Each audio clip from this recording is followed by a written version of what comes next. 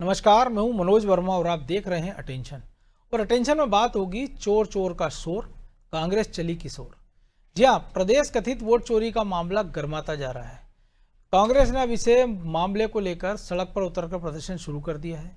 राजधानी भोपाल में कांग्रेस ने वोटर अधिकार सत्याग्रह सभा की और पैदल मार्च निकाला। इसके पहले खुद राहुल गांधी ने आरोप लगाया था कि मध्य प्रदेश में वोटों की चोरी हुई है, लेकिन बीजेपी ने कांग्रेस के इन आरोपों को पूरी तरह खारिज कर दिया है। बीजेपी का कहना है कि कांग्रेस केवल गुमराह करने का काम कर रही है, लेकिन अब सवाल यह है कि वोट चोरी के इन आरोपों पर जनता कितना विश्वास करेगी और वोट चोरी का मुद्दा कांग्रेस को सियासी जमीन पर कितना फायदा देगा। आज चर्चा इन्हीं सवालों के आसपास करेंगे, लेकिन पहले रिपोर्ट देखिए।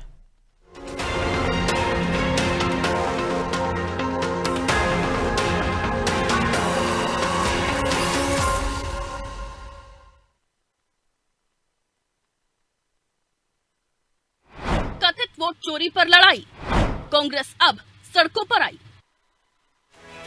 कथित वोट चोरी के मुद्दे को लेकर अब कांग्रेस सड़क पर है। लोकसभा में नेता प्रतिपक्ष राहुल गांधी के आरोपों के बाद प्रदेश में भी कांग्रेस वोट चोरी को बड़ा मुद्दा बनाने में जुट गई है।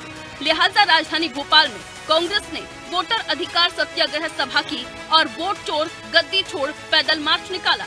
इस प्रदर्शन में पीसीसी चीफ जीतू पटवारी, उमंग सिंगार, कांग्रेस प्रदेश प्रभारी हरीश चौधरी समेत कई बड़े नेता शामिल हुए।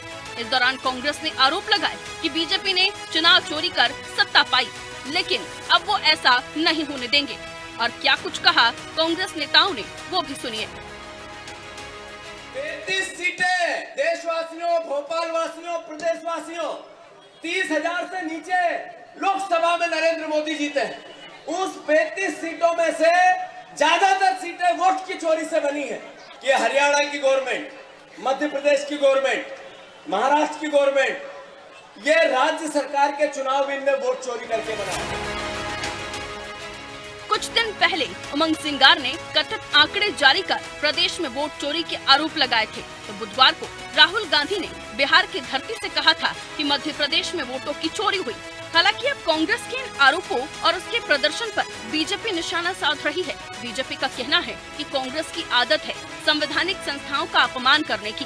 बीजेपी ने तो कांग्रेस पर कई आरोप भी लगाए। कांग्रेस पार्टी केवल झूठ, फरेब और षड्यंत्र की राजनीति करती है। इसी तरह के झूठ कांग्रेस के नेता राहुल गांधी पहले चाहे अगस्ता वेस्टलैंड के मामले में हो, चाहे मोदी के सरनेम के मामले में हो, बोलते रहे और बाद में न्यायालय में माफी मांगते हुए दिखाई दिए। और अब जिस तरह की वोट चोरी की बात कर रहे हैं, तो कांग्रेस के नेताओं को बताना चाहिए कि तेलंगाना, कर्नाटक, रायबरेली, अमेठी, वायनाड, ये सब चुनाव भी क्या कांग्रेस पार्टी वोट चोरी से जीती है? कांग्रेस पार्टी केवल और केवल संवेदनशील विषयों पर राजनीति करती है। कांग्रेस नेताओं के बयान और उसके प्रदर्शन से इतना तो साफ है कि अब कांग्रेस वोट चोरी के मुद्दे को ही धार देगी, या यूं कहें लाडली बहना और ईवीएम पर हार का दोष मढ़ने वाली कांग्रेस को एक नया मुद्दा मिल गया है, जिसके सहारे वो अपनी वापसी का रास्ता तैयार करना चाह रही है। शायद यही वजह है कि कांग्रेस फर्जी वोटर्स का राग अलाप रही है। खैर, इन प्रदर्शन और आरोपों का असर जनता पर कितना पड़ेगा, ये तो आने वाला वक्त ही बताएगा। लेकिन फिलहाल कथित वोट चोरी के मामले ने प्रदेश की सियासत को गर्मा रखा है। ब्यूरो रिपोर्ट, अनादि टीवी।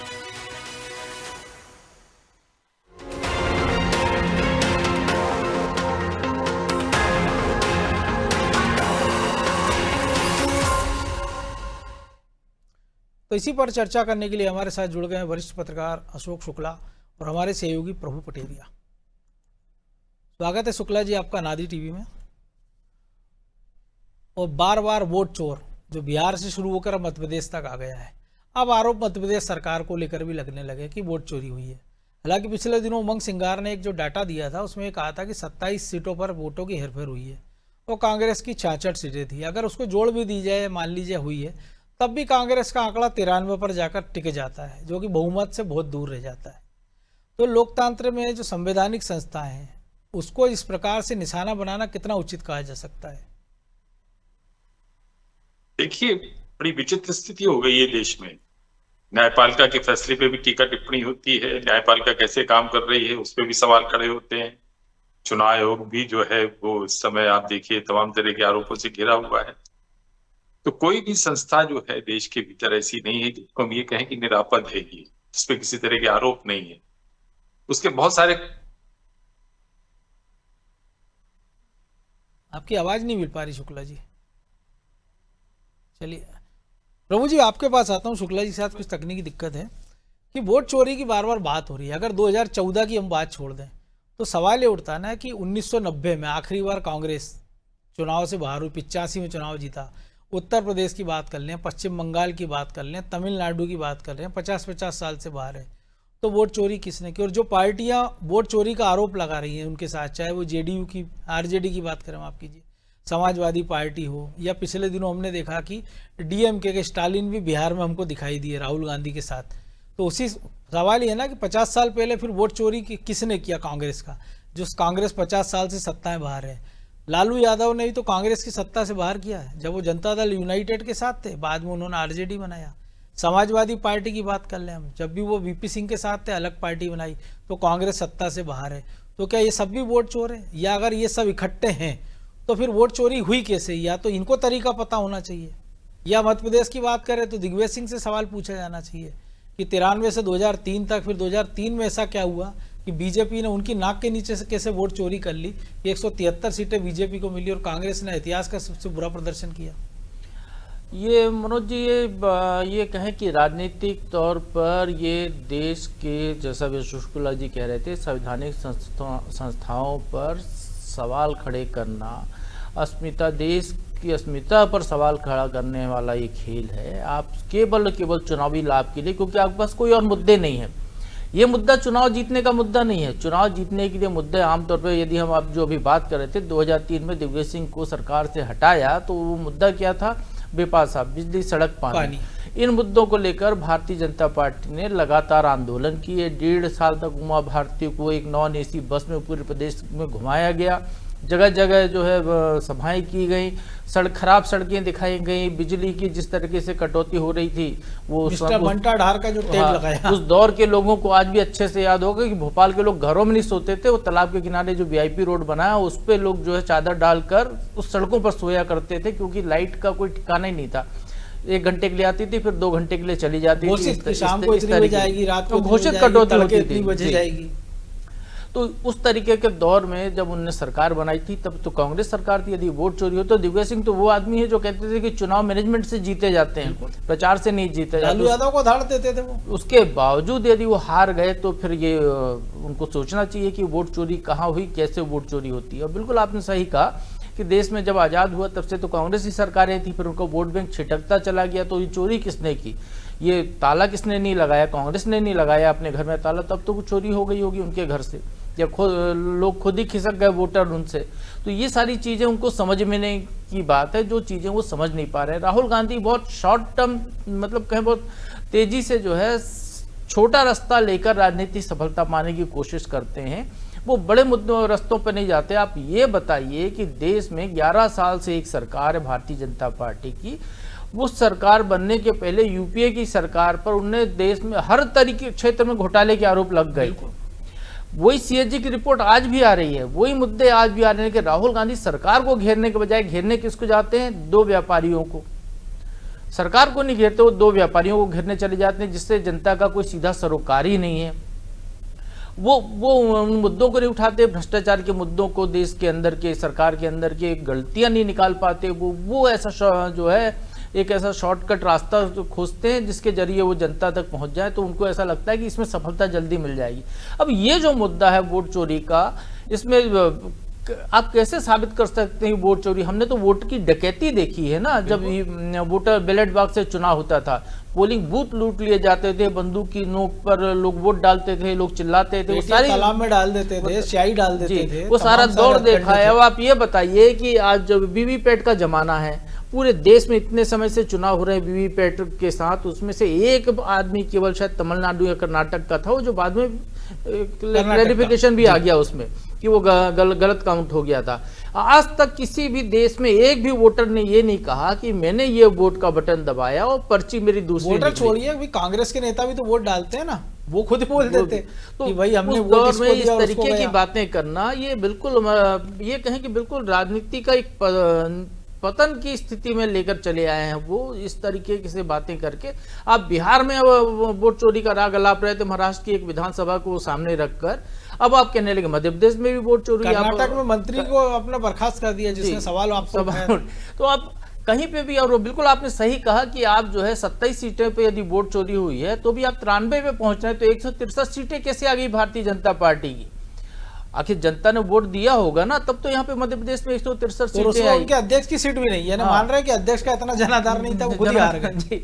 तो इस तरीके की जो मतलब हास्यास्पद ये राजनीति कांग्रेस करती हुई दिखाई दे रही है। आप चोर चोर चोर चोर कहते हुए आपने जो है चौकीदार चोर है कहा, तो देख लीजिए वो ऐसा वो दांव चला था कि चौकीदारी मिल गई। हाँ, तो ये इनको समझना चाहिए कि कहाँ जा रहे हैं, ये कहाँ देश को ले जा रहे हैं। इस पूरे मामले में यदि मेरे नजरिए से देखें, इस पूरे मामले में एक गलती जो है चुनाव आयोग की भी है। एक आरोप लगा था उस संस्था पर, किसी पर भी आरोप लगता है, यदि आपके दामन से कीचड़ उछलता है तो आप तत्काल कीचड़ हटाते हैं। चुनाव आयोग को आकर सफाई देनी थी, या उसको जो भी करना था उसको करना था। उनने कहा कि आप एफिडेविट में शिकायत कीजिए, चुनाव आयोग ने और उस मुद्दे को तूल दे दी, वो अपनी क्लैरिफिकेशन नहीं दिया, उन्हें देश की जनता को नहीं एड्रेस किया, उन्हें राहुल गांधी को एड्रेस करने की कोशिश की, जबकि एड्रेस करना चाहिए था जनता को। जनता के नुमाइंदे हैं चुनाव आयोग, राहुल गांधी या नरेंद्र मोदी के नहीं है चुनाव आयोग, सवाल उनको जनता को एड्रेस करना चाहिए था, वहां पर आकर उनको अपनी बातें रखनी चाहिए थी, वहां उन्होंने अपनी बातें नहीं रखी और ये मुद्दा इतना बड़ा तूल ले गया। तो चुनाव आयोग की बहुत बड़ी गलती है इसमें, और गलती पूरी उस जनता की है जो इस बारे में चुप होकर सुन रही है और देख रही है। मेरे वोट चोरी का आरोप लगा रहे हैं, मैंने तो जिसको वोट डाला था उसको ही गया है। हो सकता है कई बार हम देखते हैं जनता चुप रहती है, लेकिन जब नतीजे मतपेटी खुलती है, जब बैलेट बॉक्स। मनोज जी, एक बड़ी बात बताता हूं, आप देखिए कांग्रेस का ऑफिशियल हैंडल है, उसने अभी ट्वीट किया है, देश के प्रधानमंत्री के लिए वो लिख रहे हैं गुमशुदा वोट चोर की तलाश है, और एक पोस्टर उन्होंने बनाया है, मिसिंग नाम है नरेंद्र मोदी, शर्मनाक और क्या हो सकता है, कुख्यात वोट चोर, वोट चुराने वाला, वोटर लिस्ट में नाम कटवाने वाला, फर्जी तरीके से चुनाव जीतने माहिर, ये गुमशुदा है। ये देश के प्रधानमंत्री के लिए इस तरीके का वो कैंपेन चला रहे हैं। बड़ा शर्म की बात है, क्योंकि देश का प्रधानमंत्री। शुक्ला जी, आपकी बात अधूरी रह गई थी, और जो प्रभु जी ने जिस ट्वीट का जिक्र किया था, मैं चाहूंगा आप उस पर भी दो शब्द बोलें जी। नहीं, वोट इस तरह का ट्वीट नहीं होना चाहिए, क्योंकि देश के प्रधानमंत्री की एक गरिमा है, उनकी एक प्रतिष्ठा है। आप राजनीति करें, अच्छी बात है, आपके पास में अगर आरोप है वो भी आप लगाएं। जैसे 2019 में जो चौकीदार चोर है वो भी बहुत आपत्तिजनक था, वो आखिर किसको कह रहे थे, और अभी भी जिस तरह से वो कहते हैं कि गद्दी छोड़ो, तो ये सब चीजें जो है उचित नहीं है देश के प्रधानमंत्री के बारे में इस तरह। लेकिन किसी भी दल के पास में एक रूलिंग पार्टी के खिलाफ जनाक्रोश पैदा करने के कुछ कारण होते हैं। अभी मुझे लगता है कि कांग्रेस को लगता है कि ये वोट चोरी का जो मुद्दा है, इसके चलते जो मौजूदा केंद्र सरकार है उसके खिलाफ जनाक्रोश पैदा करने में कामयाब हो जाएगी। ये सब होता रहा है भारतीय राजनीति में। आप बोफोर्स का मामला, दिलचस्प चीज है ना शुक्ला जी, आपने जनाक्रोश की बात की, किसी सत्तारूढ़ पार्टी का विधायक कलेक्टर को चोर चोर कह रहा है कि खाद संकट के बाद वो कलेक्टर कुछ नहीं कर रहे हैं। उस पर कांग्रेस चुप है, कांग्रेस दूसरे मुद्दों की बात कर रही है, केवल एक बयान दे देते जीतू पटवारी की, देखिए हम सही कह रहे थे, विधायक भी यही बात कर रहा है। नहीं, देखिए इस देश की क्या स्थिति है वो आपसे भी नहीं छुपी है, मुझसे भी नहीं छुपी हुई। ये इनको चुनाव आयोग जितने रुपए खर्च करने की अनुमति देता है चुनाव प्रचार में, क्या ये इतने में चुनाव लड़ रहे हैं? कोई एक नेता का आप मुझे बता दीजिए कि जिसने उसके भीतर चुनाव लड़ा। 40 लाख 80 लाख रुपए की अगर सीमा तय है तो 5 करोड़ 6 करोड़ रुपए खर्च करते हैं। तो राजनीति तो एक कारोबार बन गई है ना, और अगर राजनीति कारोबार हो गई है तो उसमें वो सब चीजें होंगी जो अनैतिक होती हैं, जो व्यापार में जिस तरह से होता है कि आपको तो प्रॉफिट चाहिए, वो कैसे भी आए, वो मिलावट से आए, चोरी से आए, कर चोरी से आए। तो राजनीति में ये सब कुछ हो रहा है। लेकिन जैसा मैंने आपने कहा, किसी एक सरकार के खिलाफ या किसी एक पार्टी के खिलाफ जनाक्रोश पैदा करने के लिए 90 में बोफोर्स का मुद्दा आया, उसके पहले बोफोर्स का मुद्दा आया था, किसी ने उठाया थे, वित्त मंत्री थे। क्या हुआ बोफोर्स में? फिर यही बोफोर्स तो पे आपको कारगिल के समय पे काम आई। मनमोहन सिंह क्या चोर थे कहीं से? आप मुझे बताइए। आप उनके ऊपर क्या वो टिंटेड थे? उनकी कमी ये थी कि वो बोलते कम थे। लेकिन कांग्रेस ने उनका वैसा बचाव नहीं किया ना, तो उनके ऊपर कितने तरह के आरोप लगे आप ये देखिए। अभी बहुत सारे लोगों को ईडी और सीबीआई ने पकड़ के जेल में ठूसा है, कितना।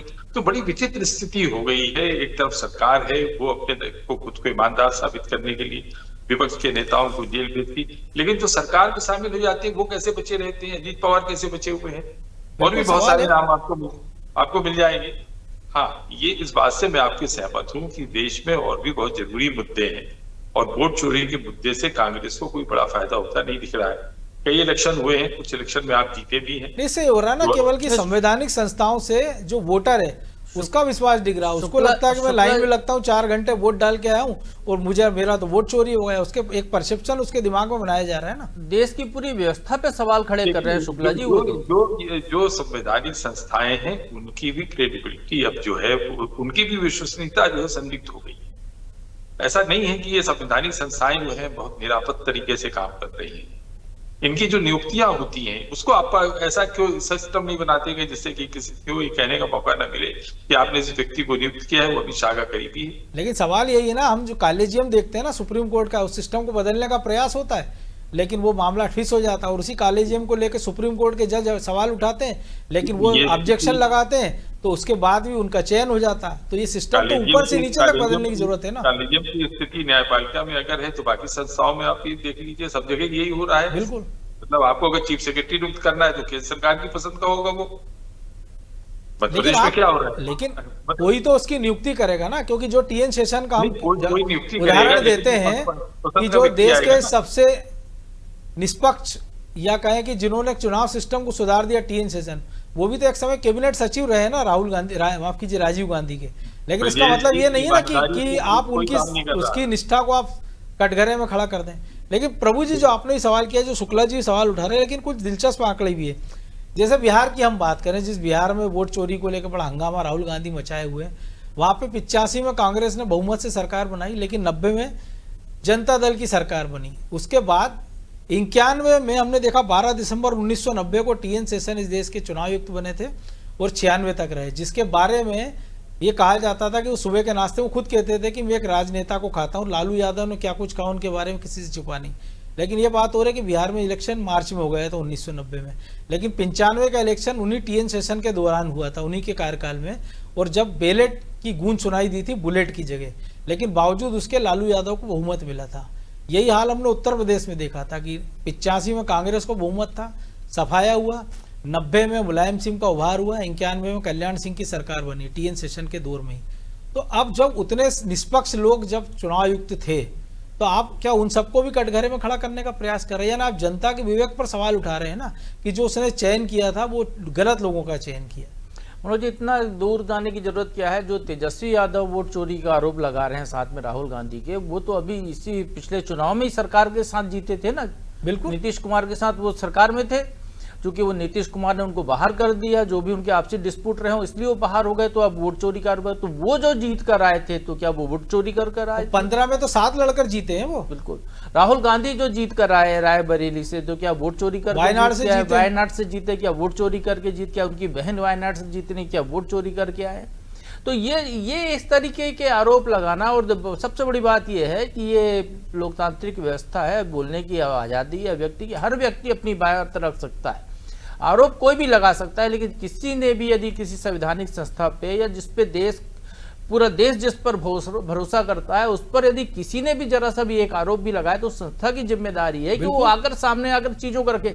जैसे कोई ईवीएम पे आरोप लगाता है, चुनाव आयोग तुरंत रिएक्शन देता है ना, तुरंत आता है ना। वो ये तो नहीं कहता कि आप शपथ पत्र में दीजिए उसके बाद मैं ईवीएम के बारे में बताऊंगा। तो यहाँ ये गलती चुनाव आयोग की है, उस मुद्दे को तूल देने की कोशिश जो हो रही है। उसी दौरान अनुराग ठाकुर पर उन्होंने ये कंडीशन नहीं लगाई कि आप भी एफिडेविट दीजिए। अनुराग ठाकुर भी वही आरोप लगा रहे थे, आरोप लगाया है। मैं वही कह रहा हूँ, उन पर ये कंडीशन नहीं लगाई ना कि आप एफिडेविट दें। उनने भी वही आरोप लगाया। तो ये जो आरोप प्रत्यारोप है, आप कोई भी आरोप लगा देगा, हर मुद्दे पर आरोप लगाए जा सकते हैं। एक सिक्के के दो पहलू होते हैं, एक तरफ का कुछ दिखता है, दूसरा आप ये कहो कि दूसरी तरफ भी वैसा क्यों नहीं है? 1 रुपए का सिक्का यदि एक का निशान एक तरफ बना है, दूसरी तरफ क्यों नहीं बना है? तो कहने वाले कहेंगे, लेकिन व्यवस्था जो है उस व्यवस्था का तो पालन होगा। इसीलिए हमने संविधान बनाया, इसीलिए हमने कानून बनाया। कानून क्यों बनाया है? क्योंकि हमने अपने आप को गवर्न करने के लिए संविधान बनाया।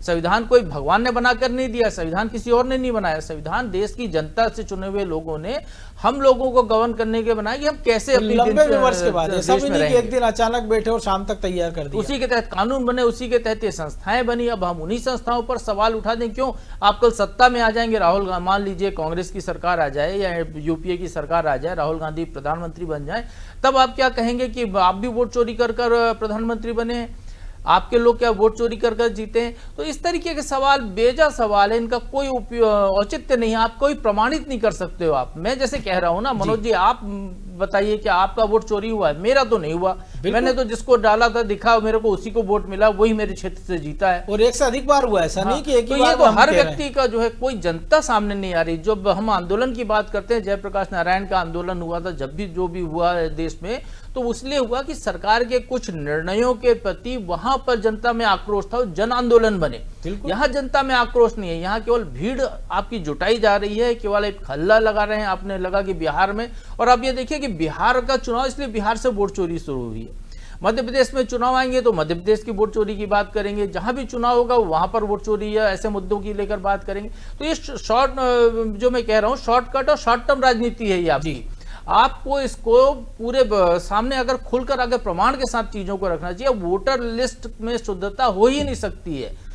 देश जब आजाद हुआ, पहली वोटर लिस्ट बनी, तब से आज तक कोई शुद्ध नहीं है वोटर लिस्ट। और जब वोटर लिस्ट का चुनाव के पहले आपको दी जाती है, तब आपने क्यों नहीं वो ऑब्जेक्शन लिए? भाई उसी बिहार में सुप्रीम कोर्ट ने कहा ना कि केवल 10 ऑब्जेक्शन आए आप, और आप कह रहे 65 लाख वोट कट गए। लेकिन शुक्ला जी, एक और चीज है ना कि आप आरोप लगाते हैं, लेकिन जनता के बीच में एक क्रेडिबिलिटी होना चाहिए। जैसे मध्य प्रदेश की हम बात करें कि जब राहुल गांधी आते हैं, तमाम सारे नेता एक सुर में कहते हैं, उस समय कमलनाथ से लेकर अब तक, 1-2-4 सप्ताह पहले तक, कि लाडली लक्ष्मी ने हमको चुनाव हरा दिया। अब वो कह रहे हैं कि वोट चोरी हो गया है।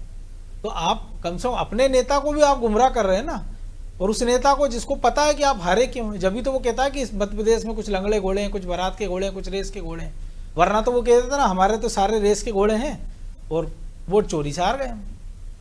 देखिए, अगर आपको अपनी हार की वास्तविकता पता नहीं है तो फिर आपको कामयाबी कभी नहीं मिलेगी। और मैं कई बार आपके डिबेट में कह चुका हूँ कि अगर आप हार से कोई सबक नहीं लेते हैं तो आप लगातार हारते हैं। बिल्कुल। और ये अगर ये वोट चोरी के जरिए बीजेपी जीत रही होती तो बीजेपी बहुत पहले भी चुनाव जीत सकती थी। 2004 में अटल जी की सरकार बनी थी, थोड़ा सा पहले, उसके पहले सरकार बन गई थी, अटल जी की सरकार बन गई थी, चली गई थी जी मध्यवर्ती चुनाव, हाँ चली गई थी, मध्यवर्ती चुनाव करा थी। प्रमोद महाजन के कहने में थोड़ा समय से पहले चुनाव करा, शाइनिंग इंडिया भारी पड़ गया था, पूरा कार्यकाल नहीं हुआ था, तो ऐसा 6 महीने पहले करा लिए थे जी। और अगर दिग्विजय सिंह तो कहते थे कि चुनाव जो है मैनेजमेंट से जाते थे, जैसे पटेलिया जी भी कह रहे थे, तो फिर नहीं तो कमलनाथ जी के लिए भी कहा जाता था ना कि मिस्टर मैनेजर है, उनका मैनेजमेंट सबने देखा। फ्लोर मैनेजर, फ्लोर ही उनका खिसक गया है। चेहरा नहीं है इनके पास में, वो मुद्दे नहीं है, ये जनता के बीच में नहीं जा पा रहे हैं, जनता को अपने साथ खड़ा नहीं कर पा रहे हैं।